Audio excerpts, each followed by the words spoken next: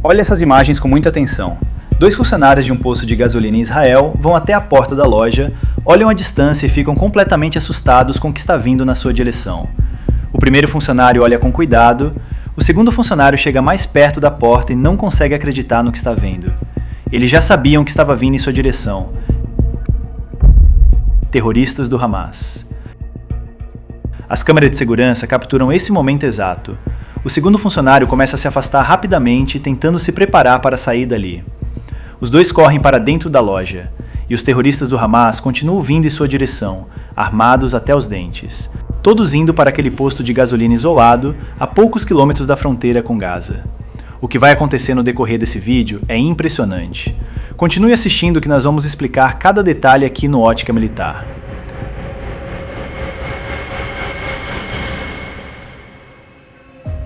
Para entender tudo o que aconteceu e como os funcionários do posto de gasolina em Israel foram atacados pelo Hamas naquele dia, nós precisamos voltar um pouco para explicar como esses ataques a Israel começaram. A data era 7 de outubro de 2023, um sábado de manhã. O horário, 6h30 da manhã, horário de Israel. Naquele dia, judeus em todo o país celebravam Simchat Torah, um dos feriados mais alegres do calendário judaico.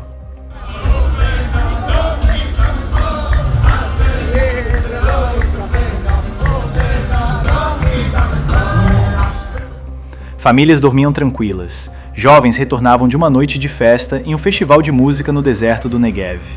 Era um dia que deveria ser de paz e celebração. Mas o Hamas tinha outros planos. Às 6h30 da manhã, o Hamas anunciou o início da Operação Dilúvio de Al-Aqsa. E em questão de minutos, entre 3.000 e 5.000 foguetes foram lançados da faixa de Gaza em direção a Israel. Tudo em um período de apenas 20 minutos. Mas os foguetes eram apenas o começo do pesadelo. Enquanto os israelenses corriam para abrigos antiaéreos, pensando que era apenas mais um ataque de foguetes como tantos outros que já haviam enfrentado ao longo dos anos, algo muito pior estava acontecendo. Terroristas do Hamas estavam rompendo a barreira de segurança entre Gaza e Israel em 119 lugares diferentes.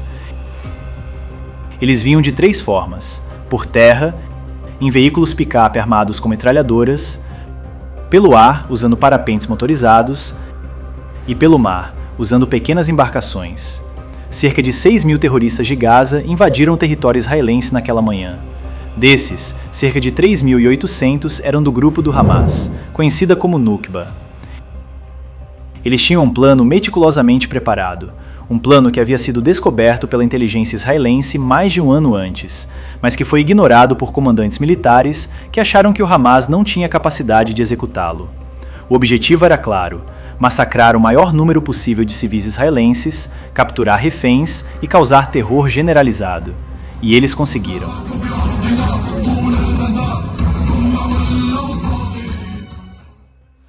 Os terroristas invadiram 21 comunidades israelenses, kibbutzim pacíficos como Be'eri, Kfar Azah, Niroz, cidades pequenas como Netiv HaZarah, Sderot e outras. E o festival de música Nova, onde cerca de 3.000 jovens celebravam a vida e a música eletrônica no meio do deserto.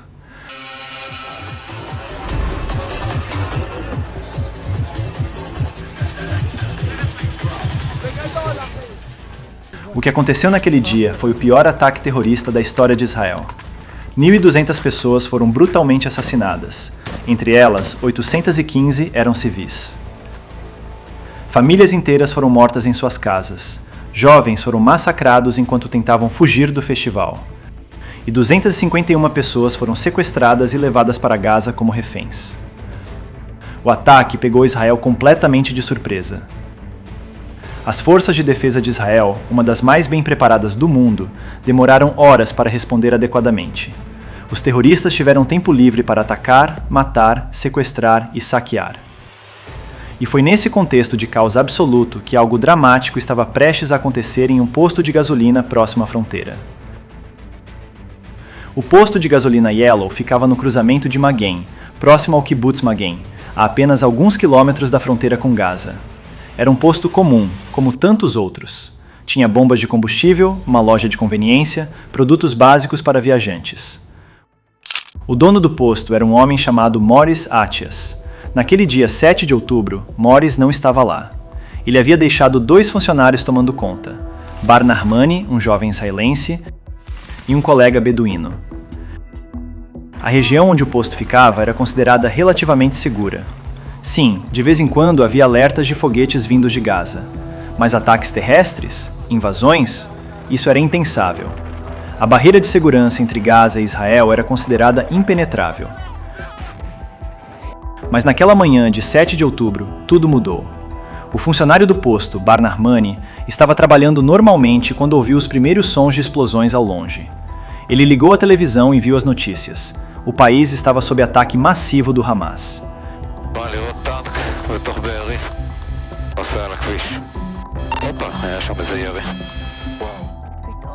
Milhares de foguetes, invasões terrestres em várias localidades.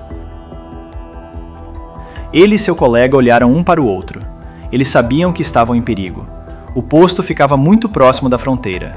Se terroristas estavam invadindo outras comunidades próximas, era questão de tempo até chegarem ali. Ele olha com atenção para a distância.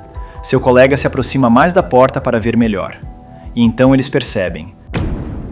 São terroristas do Hamas. Veículos com homens armados na carroçaria, metralhadoras, roupas militares, armas de assalto. Cerca de 20 terroristas estavam convergindo para aquele posto de gasolina. Bar e seu colega sabiam que tinham apenas segundos para tomar uma decisão. Eles não podiam fugir pela estrada. Os terroristas atirariam neles. Não podiam correr para o deserto ao redor. Seriam alvos fáceis. O funcionário do posto disse mais tarde em uma entrevista: "Nós tentamos escapar por outros lugares, mas tudo estava fechado. Se você vai para a esquerda ou para a direita, eles atiram em você." Os 2 estavam presos, e os terroristas estavam a poucos metros de distância. Naquele momento de pânico absoluto, o colega beduíno de Bar teve uma ideia. Uma ideia que parecia completamente maluca, mas que poderia ser a única chance de sobrevivência que eles tinham. "O cara ao meu lado mostrou grande coragem", Bar contou depois.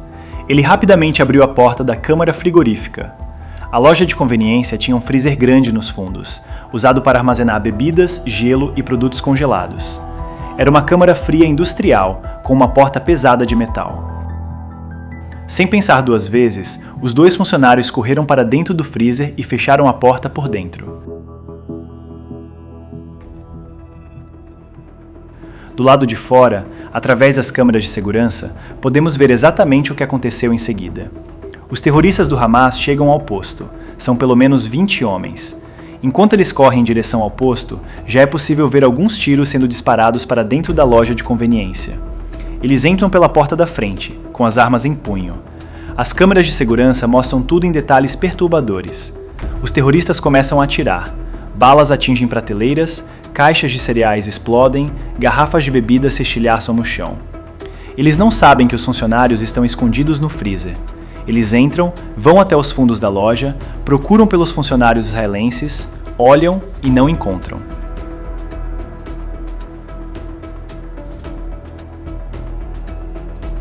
E então eles começam a saquear os produtos da loja. Os vídeos mostram os terroristas pegando produtos das prateleiras, caixas de bebidas, alimentos, qualquer coisa que conseguem carregar. Eles enchem as mãos e voltam para os veículos. Alguns terroristas ficam na loja por minutos, destruindo e levando tudo o que podem. Enquanto isso, dentro do freezer, o funcionário Bar Narmani e seu colega estão escondidos. A temperatura dentro do freezer é de vários graus abaixo de 0. Eles não têm casacos, não têm cobertores, estão vestindo apenas roupas normais. Mas eles sabem que se saírem, morrerão.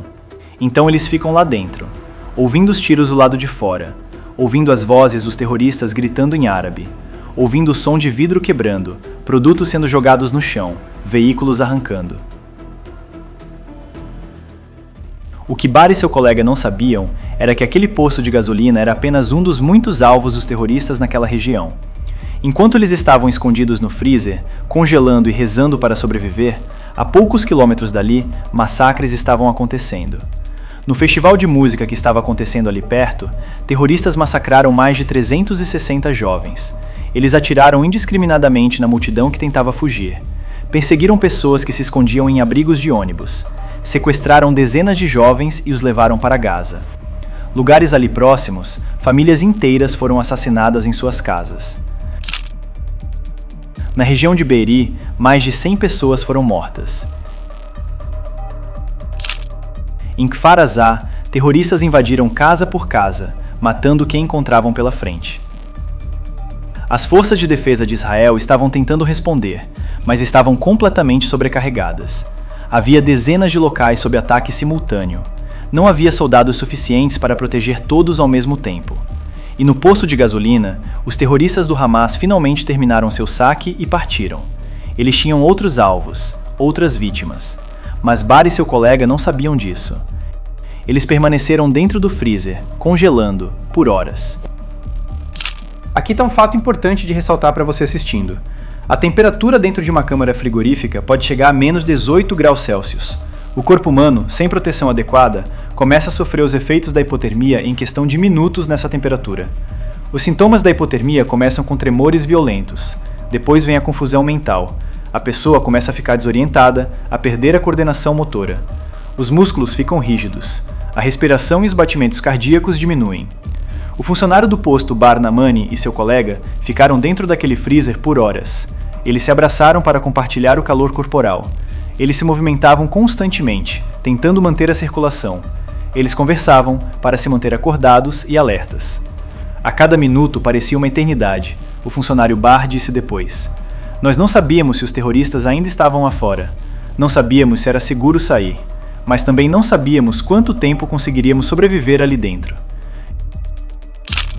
Eles tomaram a decisão de esperar, de aguentar o máximo que pudessem, porque sair cedo demais significava morte certa nas mãos dos terroristas, e ficar tempo demais significava morte por hipotermia. Era uma escolha impossível. Enquanto isso, do lado de fora, a batalha continuava. As forças de defesa de Israel finalmente começavam a organizar uma resposta coordenada. Soldados eram enviados para cada comunidade atacada. Helicópteros de combate sobrevoavam a região procurando terroristas. E lentamente, muito lentamente, as forças israelenses começaram a retomar o controle do território. Passaram-se horas desde que os terroristas haviam saqueado o posto e partido. Mas Bar e seu colega não tinham como saber se era seguro sair. Eles estavam no limite. O frio estava se tornando insuportável. Eles sabiam que se ficassem muito mais tempo, não sobreviveriam. E então, finalmente, eles ouviram vozes do lado de fora. Mas eram vozes gritando em hebraico. Eram soldados israelenses. As forças de defesa de Israel estavam fazendo uma varredura na região, indo de comunidade em comunidade, de edifício em edifício, verificando se havia vítimas ou sobreviventes. Quando os soldados chegaram ao posto de gasolina do cruzamento de Maguen, encontraram o lugar destruído. Produtos espalhados pelo chão, vidros quebrados, marcas de bala nas paredes, sinais claros de que havia sido atacado. Eles pensaram que não havia ninguém ali. Mas então, ouviram batidas vindas do fundo da loja. Os soldados correram para lá e encontraram a porta do freezer. Quando abriram, Bar Namani e seu colega caíram para fora, tremendo violentamente, com hipotermia, mas vivos. Eles haviam sobrevivido. Contra todas as probabilidades, em um dos dias mais mortais da história de Israel, aqueles 2 funcionários de um posto de gasolina na fronteira conseguiram sobreviver ao ataque do Hamas escondendo-se em um freezer. Mas a história deles é apenas uma entre milhares de histórias de sobrevivência daquele dia terrível. O ataque de 7 de outubro de 2023 mudou Israel para sempre. 1.200 pessoas foram mortas, famílias inteiras foram destruídas, comunidades inteiras foram devastadas. 251 pessoas foram sequestradas e levadas para Gaza como reféns. Algumas foram libertadas em negociações posteriores. Algumas foram resgatadas pelas forças de defesa de Israel. Mas muitas ainda permanecem em cativeiro até hoje. Israel lançou uma operação militar massiva em Gaza, com o objetivo declarado de destruir o Hamas e resgatar todos os reféns. A guerra resultou em dezenas de milhares de mortes de ambos os lados. Morris Atias, o dono do posto de gasolina, se alistou imediatamente nas forças de reserva quando a guerra começou. Ele serviu no comando da frente interna em Be'er-Sheva, ajudando a proteger civis e coordenar defesas. Quando Morris finalmente voltou ao seu posto meses depois, ele encontrou o lugar destruído. As câmeras de segurança mostrando os últimos momentos antes do ataque. Ele reconstruiu o posto, mas as memórias daquele dia permanecem. Do posto de gasolina, Bar Namani sobreviveu fisicamente, mas como tantos outros sobreviventes do 7 de outubro, ele carrega traumas psicológicos profundos. Ele deu algumas entrevistas contando sua história, esperando que ela sirva de testemunho do que aconteceu naquele dia. E a história dele é importante por vários motivos. Primeiro, porque mostra a brutalidade do ataque do Hamas. Os terroristas não atacaram apenas alvos militares, eles atacaram civis desarmados. Eles atacaram postos de gasolina, festivais de música e casas. Seu objetivo era causar o máximo de morte e destruição possível. Segundo, porque mostra a coragem e o instinto de sobrevivência de pessoas comuns em situações impossíveis.